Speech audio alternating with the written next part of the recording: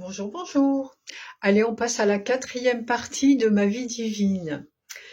Nous en étions restés au départ de mon papa. Euh, il s'est passé à cette époque, alors là je vais relater quelques choses qui sont vraiment importantes quand même là dans ce cheminement, mais qui se chevauchent plus ou moins sur le temps. Et je vous ai parlé donc de ce compagnon qui était violent, et bien j'en ai quand même retiré des bonnes choses, et heureusement. Et notamment que j'ai développé, je pense vraiment à ce moment-là, des capacités à, à voir ce qu'allait se passer en fait, euh, parce que il m'arrivait, mais quasiment tout le temps en fait, je savais, parce que c'était bon, les personnes qui ont vécu avec des gens comme ça savent comme c'est juste le problème, c'est un gros yo-yo, et ça passe du truc. De rêve, de la vie de rêve, à d'un seul coup l'enfer. Et en fait, je prévenais avant, on était dans le rêve, et puis d'un seul coup, je sentais, en fait, je captais son cerveau qui vrillait, dans sa tête, ça vrillait. Il suffisait qu'il y ait un truc, qu'il soit fatigué, qu'il se sente pris en faute pour quelque chose, ou n'importe quoi, et tac, du coup, dans sa tête, ça vrillait, et moi, j'étais en première ligne, j'en prenais plein, voilà. Et ça se passait comme ça, chez McDonald's. Et, euh, et du coup, je captais, alors ça m'est arrivé, je me souviens, en rentrant du boulot, où j'étais tranquille, enfin plus ou moins tranquille dans ma voiture, enfin, ça allait quoi, et d'un seul coup je dis, aïe, ça y est, c'est parti. Bon, et je crois bien même que je savais ce qu'il allait me reprocher, ou parce que je cherchais, et du coup je crois que j'avais les réponses mais ça loupait jamais, j'arrivais, hop là, c'était ma fête. La nuit aussi, il dormait, il était à côté de moi endormi, ça allait normalement à peu près bien. Moi, je dormais pas beaucoup, mais lui, il y arrivait. Et d'un seul coup, je dis, ok, ça vient de vriller. Et ça loupait pas, il se réveillait et j'étais en première ligne. Enfin voilà, j'ai développé tout ça. Il y a aussi cette fois, alors là, c'est vraiment. Il y a eu 2 fois où je l'ai quitté, du coup il m'aura servi quand même. Euh, une première fois une période où je vivais dans sa maison, mais on était à l'extérieur, il avait pété un câble complet, ben là c'était quelque chose qui datait, qui l'a énervé, ça s'était passé quoi, peut-être une semaine avant, mais ça avait eu le temps de mûrir et tout, il avait rien dit, et d'un seul coup c'est parti en live, et, euh, et on était dans la voiture, et c'est moi qui conduisais. Je l'ai écouté, il me hurlait dessus des horreurs et tout. Il m'a demandé d'aller à un Intermarché. Là, c'était à Valence à l'époque, l'Intermarché. J'y avais travaillé des années auparavant, je le connaissais très bien. Et je crois que je crois qu'il m'attendait dans la voiture, fallait que j'aille acheter quelque chose, et je me souviens m'être demandé si j'allais pas faire le tour et tout et m'enfuir, parce que je sais que j'aurais pu rentrer, je connaissais des gens là-bas et tout, mais je l'ai pas fait, je suis retournée à la voiture. Et en fait, ce que j'ai fait, je pouvais pas rentrer à la maison parce que je savais il allait me tuer, c'était une évidence pour moi. Je savais ça, si je rentrais, il allait me tuer, je repartirais jamais de là-bas en fait. Et il aimait beaucoup rouler dans la nature et tout, et moi j'ai roulé en fait. Je suis pas rentrée directement. J'ai fait, ben, pour les gens qui connaissent là-bas, voilà, il y a la vallée, puis il y a le Vercors derrière. J'ai fait un grand tour dans le Vercors. Je pense que j'ai fait au moins 80 kilomètres, tout doucement, euh, en l'écoutant, et surtout en le laissant parler. Et puis en même temps, moi à l'intérieur, c'était comment je vais m'en sortir, et je demandais de l'aide en fait. Je pense que j'ai fait des grandes prières là. C'est comment je vais me sortir de ça. Euh, et, et en fait, arriver à de nouveau à l'endroit où chez lui où on habitait, je voyais pas d'issue. On était à, je sais pas, 400 mètres de la maison, et il me dit arrête-toi là, je vais à la pharmacie. Il est sorti de la voiture, je n'ai pas réfléchi, je suis partie et je l'ai laissé là.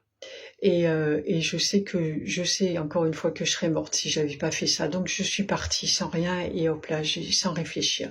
Donc ça, c'était une séparation. Euh, une première séparation de lui, première parce qu'après j'y suis retournée, mais dans d'autres conditions où moi je travaille sur moi toute seule, j'ai tout retravaillé même depuis petite, hein, je le sais maintenant sur moi pour comprendre comment je fonctionne, comment fonctionnent les gens, etc. Donc j'ai cette capacité qui est en moi et donc du coup j'ai jamais été voir de psy en fait, ça il me file des angoisses. Enfin il faut ressortir et pas le moment qui me plaît. En vérité, ça doit plutôt être ça, mais bon, peu importe. Euh, Ouais, non, puis les angoisses, c'est vrai que c'est leur façon de faire qui me plaît pas. Mais moi, je me suis guérie toute seule, en fait. Et donc, je suis restée avec lui aussi, mais jamais chez lui. Et, enfin, jamais. En tout cas, pendant un long moment, pas chez lui. Et je me suis guérie. Du coup, il m'a pas retapé à ce moment-là. C'était très violent et tout. C'était juste invivable pour quelqu'un de normal, entre guillemets, mais par où j'étais passée, ça devenait vivable. Et moi, je me suis guérie de lui comme ça. Et il y a un moment où, quand même, on a repris une maison, mais ensemble, avec mon nom et tout. Euh, Ce qui m'a permis de toucher quelques sous après. Et là, pareil, il me retouchait pas, mais comme il m'a aidé dans mon activité, je faisais de la poterie à ce moment-là. J'ai fait une formation et du coup, moi, j'avais pas d'argent et on avait trouvé cette maison avec un endroit pour faire un atelier et tout. C'était vraiment chouette. Et lui, il bricolait très bien et puis surtout, il aimait bien. Du coup, pour moi, il faisait beaucoup de choses comme ça. Et puis, il aimait bien que à l'extérieur on voit tout ce qu'il faisait pour moi, comme ça il s'était réhabilité aussi dans le regard de ma famille et tout. Et en fait, quand j'ai commencé, il m'avait fait un bel atelier. J'ai commencé à avoir de la clientèle pour des cours. J'en avais de plus en plus. J'avais beaucoup d'inscriptions pour les vacances pour les enfants. Les enfants adoraient venir. Et là, il a cru que il m'avait pas retouché hein, depuis. Donc, il y a quand même des choses très désagréables. Il était violent verbalement et tout, mais il m'avait pas retouché. Et, euh, et quand il a pensé, parce que j'avais créé une société et tout, il a pensé que je ne pouvais plus partir en fait. Du coup, j'étais coincée. Et là, il m'a retouché. Sauf que je vous parle de ça. Ouais, non, mais je vais pas continuer parce que c'est pas le sujet en fait. Le sujet, c'est que là, je suis repartie. La fois où il m'a retouchée et pareil, avec ma fille là du coup, avec rien, et je me suis retrouvée un peu chez ma maman et après chez mon ex-mari, donc le père de mes enfants. Donc je trimballe mes enfants, mon fils du coup avec cet homme violent qui était avec son père, mes animaux, j'ai un chat, un chien, je trimballe tout le monde là. Mon ex-mari qui est allergique aux chiens, donc au chat, je ne pouvais pas le laisser dans la maison, donc il a passé du temps dans la voiture, on allait sortir et tout. Mon chien qui lui ne supportait pas d'être tout seul, il fallait que je l'emmène et qu'il reste dans la voiture pendant que je travaillais et tout, sinon il hurlait. Voilà. Et les enfants, mes enfants qui sont pas des saints non plus, hein, mais qui ont fait ce qu'ils pouvaient avec ce qu'ils avaient, et puis qui sont des personnes magnifiques, quoi qu'il en soit, et qui sont vraiment des personnes gentilles. Et j'ai amené mon chat chez le vétérinaire un jour, il était jeune, celui-ci, et pour le faire castrer. Donc je l'ai laissé le temps de l'opération. Et quand je suis revenue le chercher, le vétérinaire m'a dit mais qu'est-ce qu'il est gentil cet animal et c'est vrai que mes animaux aussi sont c'était des animaux vraiment très gentils, très accommodants et en fait quand je suis sortie de là-bas dans ma tête, je me disais, et j'ai dit clairement, ça je me rappelle, je peux pas oublier ce moment dans ma vie, je me suis dit, mais comment je peux avoir des enfants et des animaux aussi gentils avec tout ce que je leur fais subir en fait, parce que je les emmène dans mes galères. Moi, ça partait d'un bon sentiment, c'est que je veux abandonner personne et voilà, on est serré. Mais des fois, je suis pas sûre que j'ai bien fait de garder mes animaux. Ils ont souffert aussi. et mes enfants ont souffert aussi, mais voilà, et je me suis dit ça à ce moment-là. Comment je fais pour avoir des animaux? Comment se fait-il que ces animaux, ces enfants soient aussi gentils avec tout ce que je leur fais subir? Et dans ma tête, c'est arrivé, blam, une voix masculine très grave, d'une puissance, mais comme s'il y avait un homme qui me parlait très très fort, pas écrit, mais il a une voix très puissante dans ma tête. Et vraiment, c'est comme si je l'entendais de l'extérieur, mais dans ma tête, c'est l'amour. J'ai entendu ça, c'est l'amour. Et quand j'ai entendu ça, j'ai su, encore une fois, je suis pas croyante, hein, j'ai pas été élevée dans la religion, surtout j'ai su ce que c'était l'amour, c'est l'amour avec un grand A. Je me suis jamais posé cette question avant. J'ai su ce que c'était l'amour, j'ai su que l'amour c'était Dieu, et j'ai su que c'était Dieu qui m'avait parlé. Et ça a changé toute ma vie. J'ai déjà j'avais été sauvée aussi, mais là je sais que c'est mon ange gardien aussi qui m'avait sauvée le jour de ma fuite, là, la première. Et là, ça a changé ma vie. C'était juste, enfin, une compréhension de ce qui est incroyable. Et voilà, il y a eu ça, et Dieu, je l'ai réentendu de cette façon, parce que depuis, il vient me voir, je communique avec lui, mais différemment.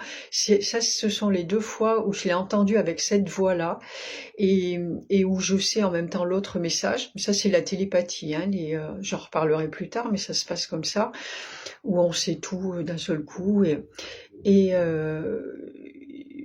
j'ai dit plus avant que j'ai passé du temps au Maroc, et voilà, par la suite j'ai passé du temps au Maroc. J'avais rencontré quelqu'un là-bas aussi. J'ai une histoire amoureuse aussi qui est assez euh, comme ça. Et elle est ce qu'elle est. Et j'ai passé du temps au Maroc. J'avais un compagnon, et en fait à un moment, bon, on parlait de mariage, et parce que là-bas c'est compliqué sans le mariage. Et en fait, il me mettait la pression, il en arrivait à me mettre la pression pour que je me convertisse à l'islam. Et moi, je ne voulais pas me convertir. Moi, j'avais mes croyances, je l'ai dit, je lisais le Coran aussi là-bas, même avant. Et bien sûr, et je connaissais pas mal de choses, mais je ne voulais pas m'enfermer dans une religion.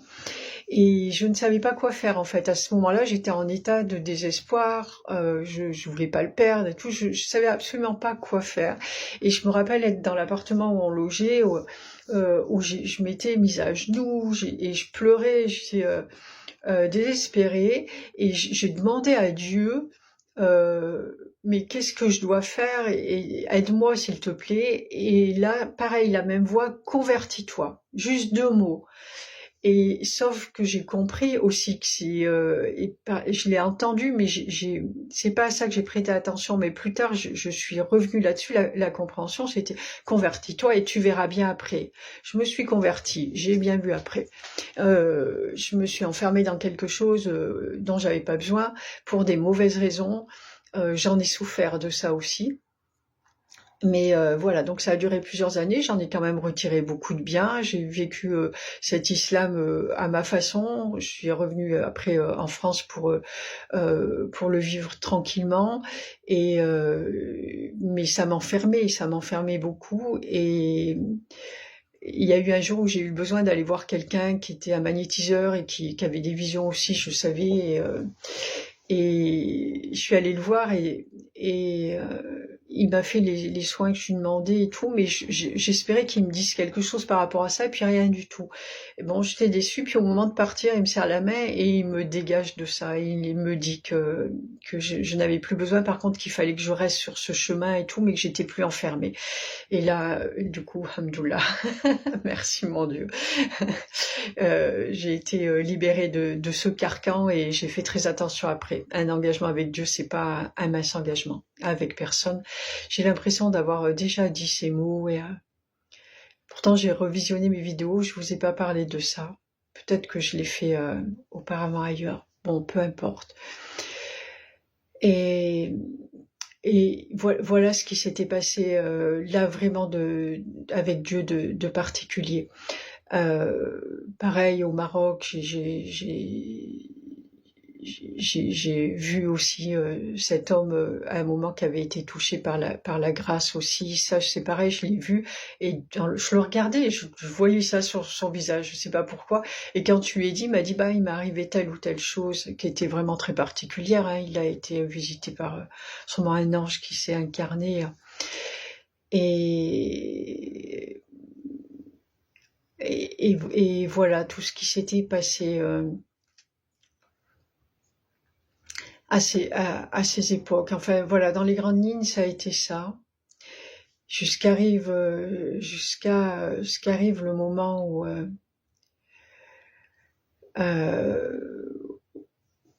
où j'ai été rattrapée. Du coup, une période encore difficile avec mes enfants à l'âge adulte, mais qui l'âge jeune adulte vraiment, et qui vivaient des choses difficiles. Moi, ça me mettait très très mal. J'avais un travail où ça se passait très très mal. J'étais toute coincée, le corps se coinçait et tout. Je commençais à faire une dépression.